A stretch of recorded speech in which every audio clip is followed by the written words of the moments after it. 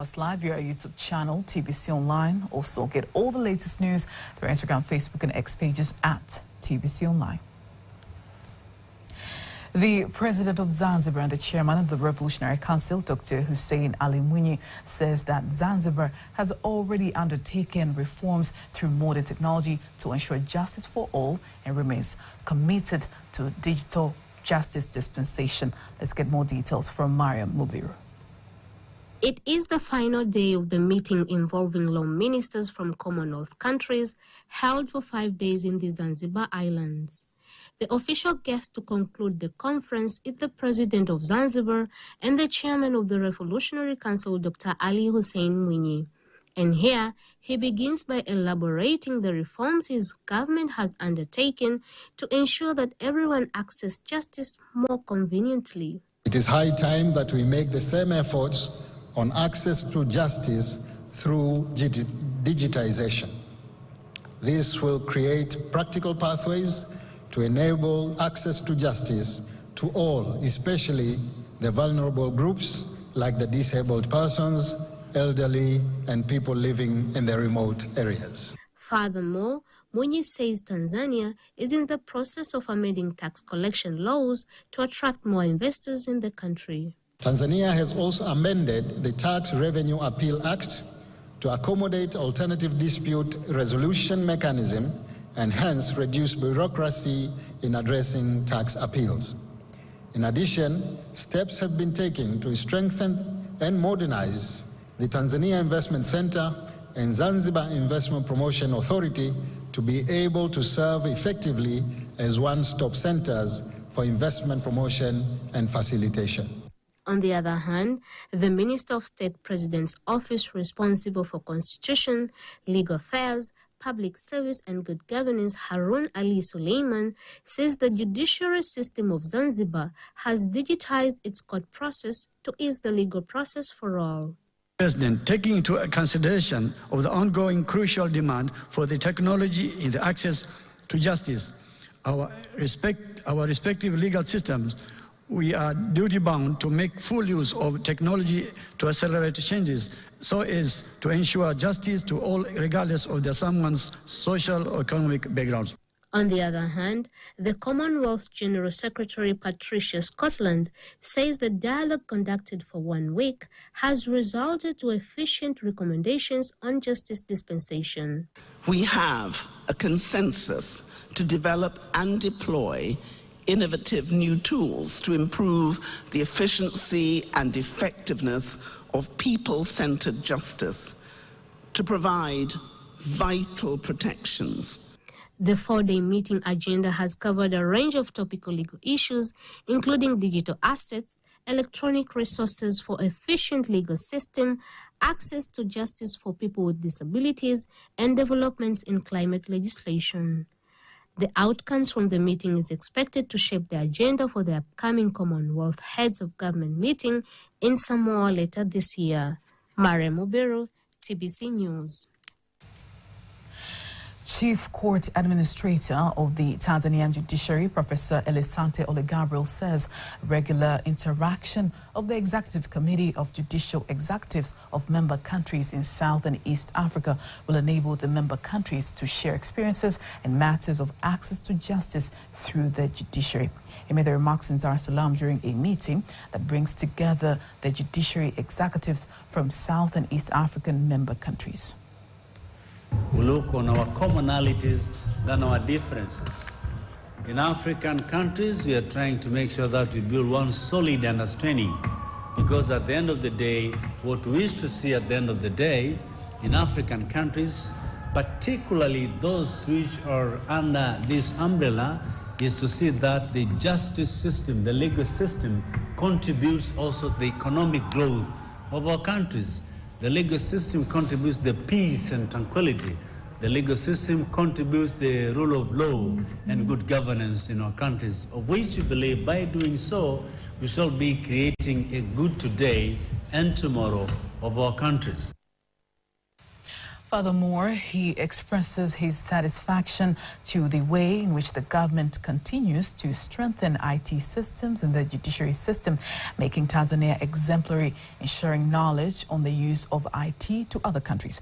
While on the other hand, participants of the meeting elaborate how crucial the regular interaction is to the community. From Namibia, from Malawi, from Uganda, they're here to attend this meeting. And you need to know that CIJA has 13 members as partner states. And it is important to understand that CIJA is kind of a subsidiary association or an association embedded to Southern and Eastern Africa Chief Justices Forum. The agenda that we have, we are looking at how we can broaden our work. The Judiciary Association support the work of judiciaries. We have many common things that we are looking at. Apart from the membership and the money that we are spending, we are also looking at how we can compare and contrast our different governance models. We can also look at our digital environment that we have in our court infrastructure. We don't need to reinvent the wheel all the time. The synergies that we are picking up is that the good things that we pick up in member countries can be, we can share and benchmark with one another. That's the purpose of this platform. Among other things, Professor Ole Gabriel emphasizes that the meeting is also part of maintaining cordial ties between member countries. In other news, the government of Tanzania has been advised to shift from a competitive education system to a competence-based approach to cultivate a generation that works innovatively and collaboratively to build a better nation. The advice was given by education stakeholders participating in a counseling meeting on changing the perspective of the education sector in the country towards competence building for students rather than competition. The meeting was organized by the International Volunteer Organization on Education Movement. The founder of the organization, Ganesh Kohli, emphasizes that nurturing competence in students will eliminate the selfishness caused by competition in the education sector and thus foster a generation that collaborates. We are encouraging teachers to help young students discover their competence, discover what they are good at, instead of being on a borrowed path, instead of being on a path that will be followed as a tradition or by other individuals. We'd encourage through counseling for there to be both inner and outer exploration.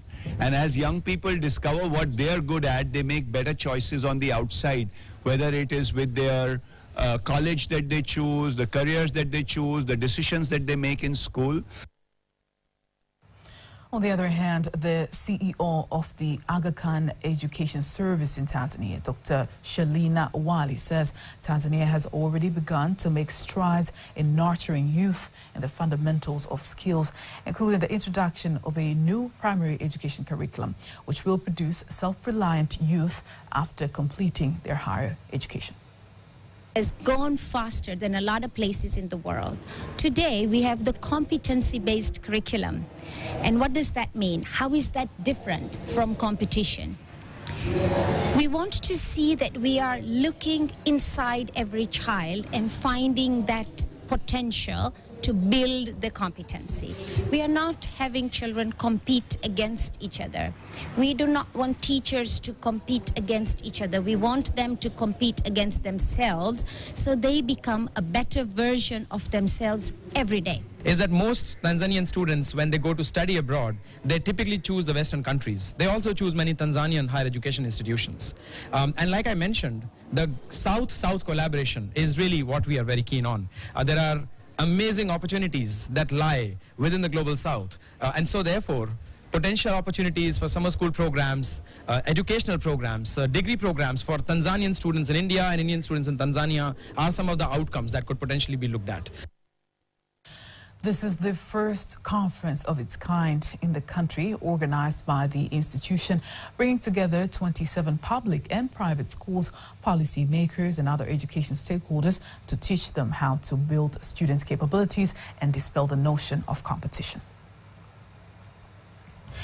Management of the Ocean Road Cancer Institute in Dar es Salaam says the donation they have received from various institutions for cancer patients will help solve the challenges of basic needs when they are admitted into the institute. Speaking while receiving donation from TBC Group of Women, the management says women and the society in general should maximize on the International Women's Day to do cancer diagnosis so that the right action could be taken timely. Our reporter Pascazia Bugumba has more.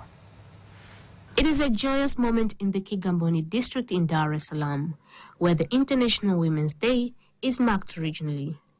Despite many of them being busy with daily activities as mothers, they all offer their professional talents in various sectors, including entrepreneurship, mining, and business.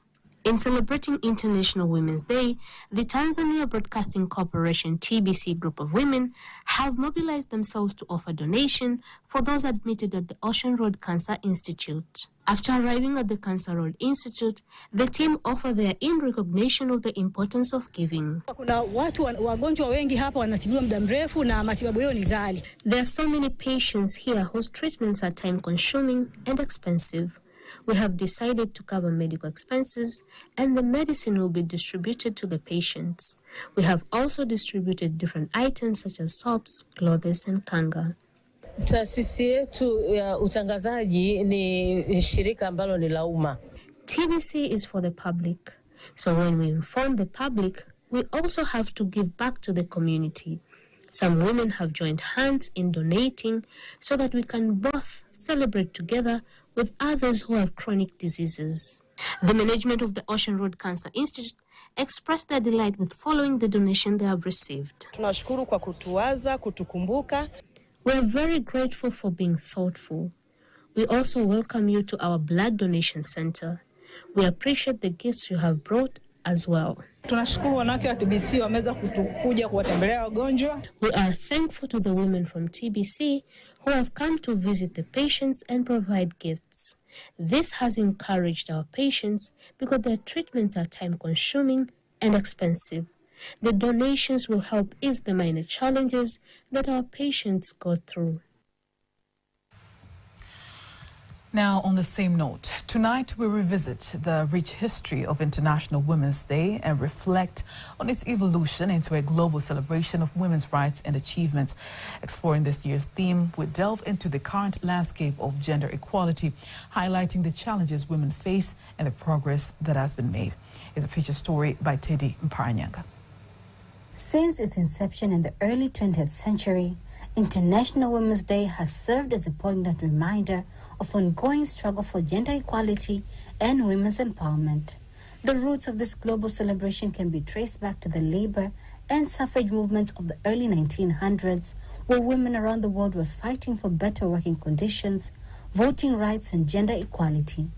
The first National Women's Day was observed in the United States on February 28, 1909, following a declaration by the Socialist Party of America. Inspired by this event, women in Europe began to organize their own demonstrations and rallies, calling for social, economic, and political reform. On March 8, 1911, International Women's Day was celebrated for the first time in Austria, Denmark, Germany, and Switzerland, with over 1 million people participating in rallies to demand women's right to work, vote, and hold public office. Over the years, the day evolved into a global movement, with countries around the world recognizing and celebrating the social, economic, cultural, and political achievements of women. Today, International Women's Day serves as a powerful platform for advocacy, activism, and solidarity as individuals and organizations come together to champion gender equality, women's rights, and the empowerment of women and girls everywhere. The theme for International Women's Day 2024 is Invest in Women, Accelerate Progress. This theme resonates powerfully, highlighting the crucial role women play in driving societal advancement.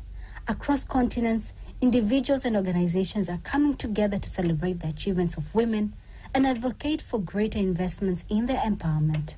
From grassroots initiatives to corporate boardrooms, the focus is on creating opportunities for women to thrive in all aspects of life. This year's theme underscores the urgent need to provide women with the resources, support, and platforms they need to reach their full potential. In various events and discussions worldwide, the spotlight is on recognizing the contribution of women in diverse fields, from business and technology to politics and the arts. By investing in women's education, healthcare, economic empowerment, and leadership development, societies can unlock a wealth of talent and creativity that propels progress for all. In celebration of International Women's Day, the government, in collaboration with development stakeholders in the health sector, has been urged to come up with a legal plan that addresses reproductive health issues, especially in the area of empowering women to make decisions about reproductive health. The call has been made in the city of Dar es Salaam by the Executive Director of the Association of Women Lawyers, Taula, during the celebrations to mark the International Women's Day, involving stakeholders in the health sector with the theme inspiring inclusion through helping women make informed decisions about their reproductive health. On the sexual and reproductive health, and this is an area where most of the time women are getting a lot of challenges, and at the same time it affects women, or it affects the community at large. And there are a lot of factors that are leading to most of the time women losing their lives when they want to give birth, or when they are procuring abortion, or when at times when they don't have proper knowledge on family planning. A lot that happen to the women, and especially the young ones.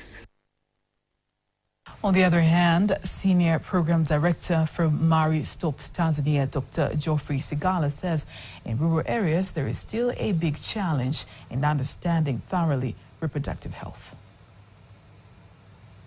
We have discussed a number of actions. First, to ensure that women access accurate information and services. These information are provided in healthcare facilities, can be also extended into the community where most of these women are. We have also looked in expanding access to information, especially in rural, hard-to-reach areas, using community healthcare workers and other health providers. We have also discussed on ensuring that we provide youth-friendly services. These are actually very important in reaching girls out there who are in dire need of information and services. A total of 51 members of JICA Alumni Association of Tanzania have met today in Dar es Salaam. The meeting was officiated by the Japanese ambassador to Tanzania, Yasushi Misawa, and was attended by JICA Senior Program Officer Yu Aoki, together with other members. Here are more details with Kanki Mwagomole. JATA stands for JICA Alumni Association of Tanzania. JATA members are all Tanzanians who studied in Japan and uses the platform to connect Tanzanians with educational training programs from the Japanese International Cooperation Agency, JICA, in order to promote mutual understanding between Tanzania and Japan. The Japanese ambassador to Tanzania, Yasushi Misawa, says JICA's mission and goals target to foster development in Tanzania and boost lifelong connection with the Japanese International Cooperation Agency. In Tanzania, the JICA, which have also implemented Japanese ODA project, has been working together with the Tanzanian government for more than 60 years. The JICA have also many programs, but among them, I think the most important thing is human resource development. JICA is the Japan International Cooperation Agency, implementing agency of Japan ODA. And mainly, one of the scheme of the Japan's ODA is the technical cooperations. So JICA is a pool of professionals with their skills acquired from Japan under various programs. And when we return back to Tanzania, we come together under JATA umbrella to share our knowledge and skills in order to share or to bring back what we have learned from Japan. During the meeting, the members have agreed on ensuring that diaspora zones are established to increase the numbers of JICA Alumni Association of Tanzania JATA members in order to raise awareness about the educational support extended by JICA. The coordinator of the Safe School Project in the Ministry of State, President's Office, Regional Administration and Local Government, Teresa Kuiwite, says the establishment of the Pata Pata program in collaboration with the Non-Governmental Institute of Thai Tanzania will enable girls to receive better understanding on various methods to deal with sexual violence challenges. Speaking after the launch of the program, the organizer says that the government has been at the forefront in supporting the efforts of the stakeholders to rescue the girl child. This particular project aims to create awareness to young people within our community on where they can be able to have access of SRH information and how they can be able to abstain different challenges that are encountering within their community. And this particular animation will be disseminated in school and out of school, whereby we are going to have conversation with our young adolescents on where they can be able to access the right information on SRH, how they can be able to abstain different challenges they're encountering, such as gender-based violence. Since students, with children and youth learn many things through these things here, and all I need to the government is to give these people support so that they give more of their things to the society. On the other hand, the Thai project manager, Deborah Maboya, elaborates more on the goal of the program and the number of young people who are intended to be reached, while some students thank the institution for coming up with the program. Safe School Project aims to create safe environment for both girls and boys that promote gender equitable relationships and reduce school-related gender-based violence by working in partnership with children, youth, parents, teachers, schools, and communities. The 13th China-Africa Think Tanks Forum was held today in Dar es Salaam with the aim of promoting academic research, boost mutual understanding, expand a common consensus, and generate policy recommendations for the development of the comprehensive relations between China and Africa. Here are more details with Kanki Wankomole. Both China and Africa consider academic exchanges and cooperation among think tanks as an important driving force for deepening bilateral cooperation. Speaking during the forum, the Chinese ambassador to Tanzania, Cheng Mingjiang, says more is needed for both sides in order to enhance economic research programs. This year marks the 60th anniversary of the bilateral relations between China and Tanzania. And after the friendship of 60 years, and we achieved a lot between the two countries, especially in practical cooperation, in the political level, and in the people-to-people understanding. The forum has been attended by various delegates, including a representative from the Ministry of Education, Science and Technology from Tanzania, Lu Shang, who's the Vice Governor of Zhejiang Province, People's Government from China, and the Acting Vice Chancellor from the University of Dar es Salaam, Nelson Boniface, just to name a few. The main objective of the Confucius Institute at the University of Dar es Salaam are to meet Tanzanians growing to need understanding Chinese language, the culture, technology, and the skills, and to increase mutual understanding among the peoples of China and Tanzania. Since the founding of the China-Africa Think Tanks Forum in 2011, it has so far produced solid outcomes and exerted wide influence with 12 international sessions successfully held in China and Africa. The China-Africa Think Tanks Forum is now included in the Forum on China-Africa Cooperation and has become high-end institutional platform for academic exchanges and dialogue among think tanks between China and Africa. Now, before we wind up local news, let's take a look at today's exchange rates according to the Bank of Tanzania, BOT.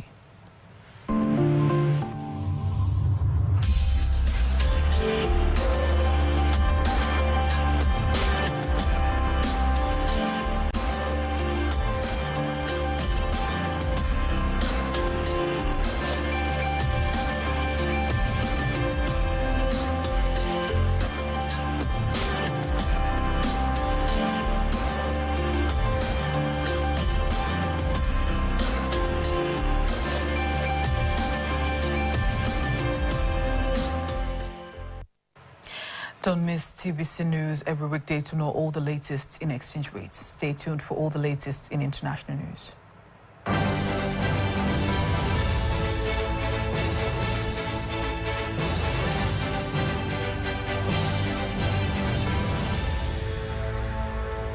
At least 75 pupils are missing after gunmen attacked a school in northwestern Nigeria in the second mass abduction within a week in the country. One witness said the pupils were in the assembly ground at around 7:30 when dozens of gunmen on motorcycles rode through the school. Local government officials in Kaduna State confirmed the kidnappings from Kuriga School, and those still missing are believed to be between the ages of 8 to 15.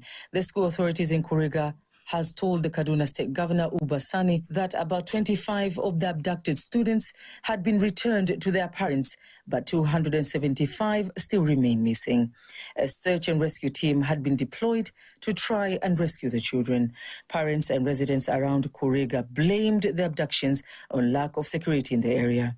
Almost every family in the town is thought to have a child among those kidnapped.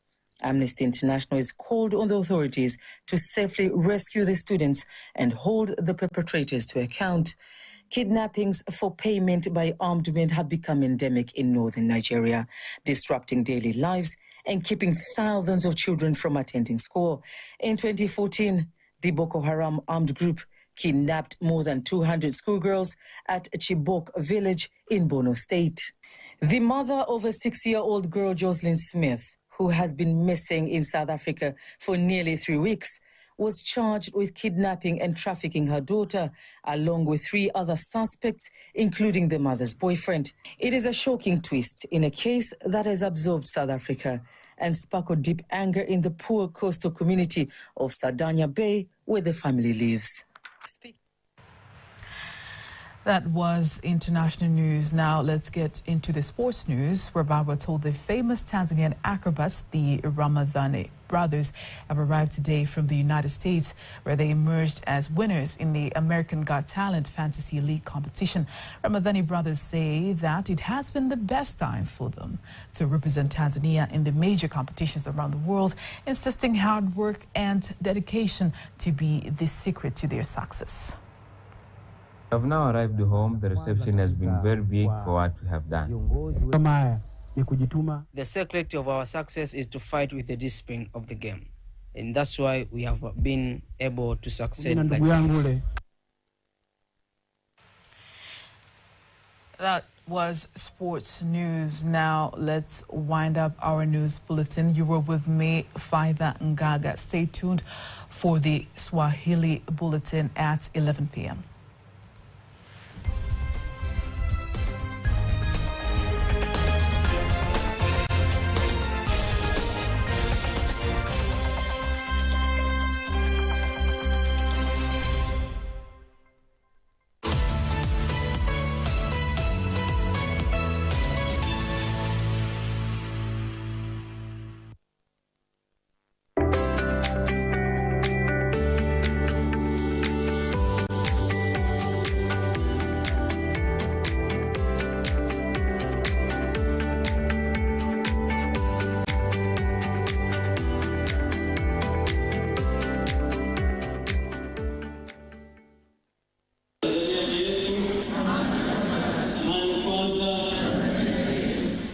Katika kuelekea kilele hiki cha leo, Jumuiya ya Maridhiano na Amani tumefanya zoezi la kuwatembelea wafungwa magerezani na kuzungumza nao na kuwafariji na kuwasaidia katika masuala ambayo walihitaji kutoka kwa viongozi. Jambo la 4 ni kuandaa mchezo wa mpira wa miguu kwa ajili ya kuwaleta watu pamoja.